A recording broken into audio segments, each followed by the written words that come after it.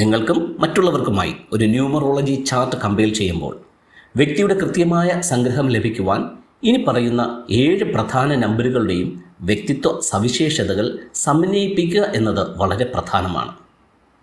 ഈ എല്ലാ അക്കങ്ങളും ഉപയോഗപ്പെടുത്തുമ്പോൾ മാത്രമേ വ്യക്തിയുടെ ജീവിതത്തിൻ്റെ പൂർണ്ണമായ വിവരം നമുക്ക് തിരിച്ചറിയുവാൻ ആകത്തുള്ളൂ. ആകാശഗോളങ്ങൾ മനുഷ്യജീവിതത്തെ സ്വാധീനിക്കുമെന്നും ആ സ്വാധീനത്തിൻ്റെ അടിസ്ഥാനത്തിൽ മനുഷ്യരുടെ ഭാവി വ്യാഖ്യാനിക്കുവാൻ കഴിയും എന്നുള്ള വിശ്വാസമാണ് ജ്യോതിഷത്തിൻ്റെ അല്ലെങ്കിൽ ജ്യോത്സ്യത്തിൻ്റെ അടിസ്ഥാനം.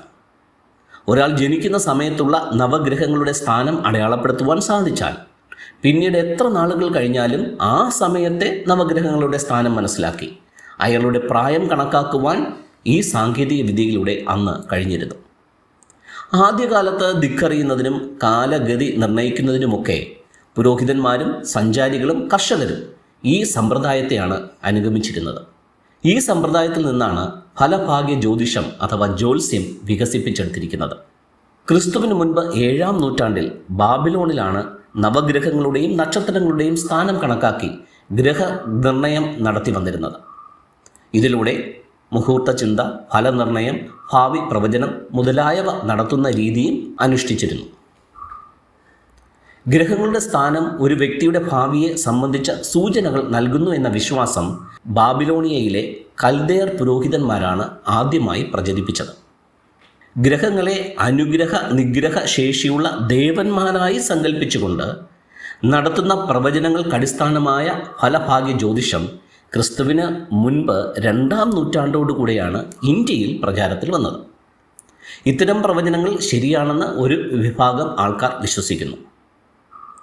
ജ്യോതിഷപ്രകാരം പ്രവചനങ്ങൾ നടത്തുന്ന വ്യക്തിയെ ജ്യോത്സ്യനെന്ന് അറിയപ്പെടുന്നു. 1-2 വാക്കുകളുടെ അർത്ഥം നോക്കാം. ജാതകമെന്നാൽ ജനന സമയത്തെ ആധാരമാക്കി ഫലം പറയുന്നത്. ഗോളമെന്നാൽ ഭൂമി, ഗ്രഹങ്ങൾ, നക്ഷത്രങ്ങൾ മുതലായവയുടെ സ്വരൂപ നിർണയമാണ്. നിമിത്തമെന്നത് താൽക്കാലികമായ ശകുന ലക്ഷണങ്ങളെ കൊണ്ട് ഫലം പറയുന്നതും രാജ്യക്ഷേമാദികളുടെ നിരൂപണം നടത്തുന്നതുമാണ്. പ്രശ്നമെന്നത് താൽക്കാലികമായി ആരുടാരാശി ഉണ്ടാക്കി അതുകൊണ്ട് ഫലം പറയുന്നതാണ്. മുഹൂർത്തമെന്നത് വിവാഹാദി കർമ്മങ്ങളുടെ കാലനിർണയം നിശ്ചയിക്കുന്നതാണ്. ഗണിതമെന്നത് സൂര്യാദി ഗ്രഹങ്ങളുടെ സ്ഥിതിഗതി വിഗതികൾ ഗണിച്ചറിയുന്നതാണ്. ആകാശത്തിലെ ഗ്രഹങ്ങളുടെ സഞ്ചാരപഥത്തെ ഒരു വൃത്തമായി സങ്കല്പിച്ചിരിക്കുന്നു. ഇതാണ് രാശിചക്രം എന്നുകൊണ്ട് ഉദ്ദേശിക്കുന്നത്. രാശിചക്രത്തെ 30 ഡിഗ്രി വീതം വരുന്ന 12 സമഖണ്ഡിതമായി തിരിച്ചിരിക്കുന്നു. ഇവയ്ക്ക് അതിലുള്ള നക്ഷത്രക്കൂട്ടങ്ങളുടെ രൂപമനുസരിച്ച് പേര് നൽകിയിരിക്കുന്നു. ഇത് ഉപയോഗപ്പെടുത്തിയാണ് ഗ്രഹനില കുറിക്കുന്നത്. സൗരയൂഥത്തിന് ചുറ്റും മുകളിലായി രാശിചക്രം സ്ഥിതി ചെയ്യുന്നു. ഭൂമിക്ക് ചുറ്റും സൂര്യൻ സഞ്ചരിക്കുന്നതായി നമുക്ക് തോന്നുന്ന സഞ്ചാരപഥത്തിൻ്റെ അതായത് കാന്തിവൃത്തം ഇതിൻ്റെ ഇരുവശങ്ങളിലുമായാണ് പരിവാഹം എന്ന വായുവിനാൽ വഹിക്കപ്പെട്ട് നിൽക്കുന്ന ആകാശപഥമായ രാശിചക്രം സ്ഥിതി ചെയ്യുന്നത്.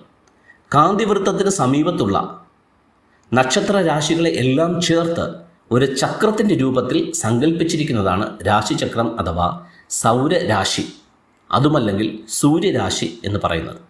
ഇംഗ്ലീഷിൽ ഇതിനെ സോഡിയാക് എന്ന പേരിൽ അറിയപ്പെടുന്നു. രാശിചക്രത്തെ 30 വീതമുള്ള 12 തുല്യഭാഗങ്ങളായി വിഭജിച്ച് ഓരോ ഭാഗത്തുമുള്ള നക്ഷത്ര രാശിയുടെ രൂപത്തിനനുസരിച്ചാണ് ഓരോ പേരുകൾ നൽകിയിരിക്കുന്നത്. മലയാളത്തിൽ ഇതിനെ മേടം, ഇടവം, മിഥുനം, കർക്കിടകം, ചിങ്ങം, കന്നി, തുലാം, വൃശ്ചികം, ധനു, മകരം, കുംഭം, മീനം എന്നിങ്ങനെ 12ആയി തിരിച്ചിരിക്കുന്നു. ഇതിൻ്റെ ഇംഗ്ലീഷ് പേരുകളും ഞാൻ ഈ വീഡിയോയ്ക്ക് ഒടുവിലായി വളരെ വിശദമായി കൊടുക്കുന്നുണ്ട്. ഈ രാശിചക്രത്തിൽ വരുന്ന ഓരോ പേരുകൾക്കും റെപ്രസെൻറ്റേറ്റ് ചെയ്യുന്നതിന് എളുപ്പത്തിൽ ഓരോ സിംബൽസും ഡെറൈവ് ചെയ്ത് കൊടുത്തിട്ടുണ്ട്. ആ സിംബൽസും ഈ പേരിനോടൊപ്പം ഈ വീഡിയോയ്ക്ക് അവസാനമായി ഞാൻ കൊടുക്കുന്നു. നിങ്ങൾ വിശദമായി കാണുക. ഈ കാര്യങ്ങളെല്ലാം നിങ്ങൾക്ക് അറിയാവുന്നത് തന്നെയാണ്. എന്നാൽ അതിൻ്റെ ഒരു അടുക്കും ചിട്ടയുമായിട്ടുള്ള രീതിയിൽ ഞാനൊരു റെപ്രസെൻറ്റേഷൻ കൊടുക്കുന്നു എന്ന് മാത്രം.